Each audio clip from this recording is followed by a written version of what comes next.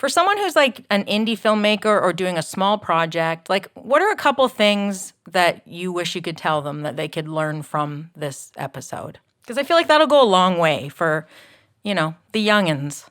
I would say probably the most important thing, and I try to hit this home with every filmmaker, is when you're going to film at a location, whether it's someone's home or a studio location, or you've rented, a diner, have 2 or 3 people on your crew walk around with their cell phones and film every inch of that location. Capture every before version of that home or location before any of the rest of your cast or crew or any equipment enters into that location. The reason being is every homeowner is going to come back to their home after you're done using it for a film.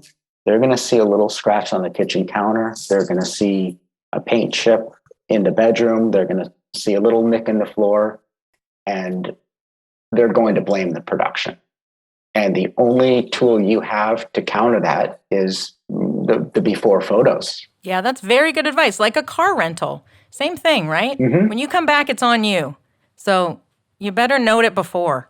But it's even more extreme when a homeowner comes back to their home and, maybe doesn't remember that, their kid may have made that hole behind the door, but all they see is, I don't remember it there. I want everything back the way it was, 30 years ago when we bought the home.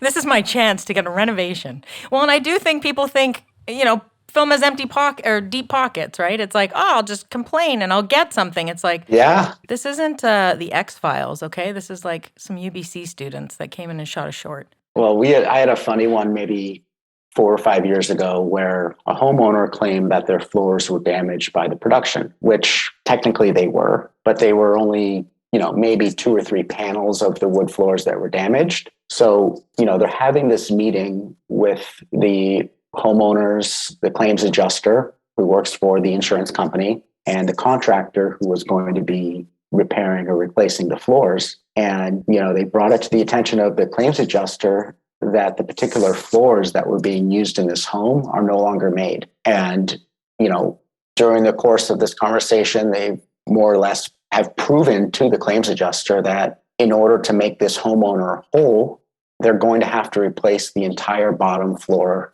of this home with all new floors. Not that unusual. I mean, especially in an older home, you're not going to be able to find that particular floor anymore, especially if they're real wood. But during this discussion, all of a sudden, the son of the homeowners come in, and he's maybe 18 or 19 years old, probably not realizing his parents were trying to get all new floors, comes into the room with an entire box of the flooring and says, "Hey guys, guess what? I found all the extra flooring from when the floors were done." No! So all of a sudden, what was going to be a $30,000 claim, and the homeowners were going to get all new floors. They were probably going to get to pick out the color they actually wanted or whatever it would be, turned out to be about $300 in labor and wasn't even an insurance claim at the end. Yeah. So, oh my gosh.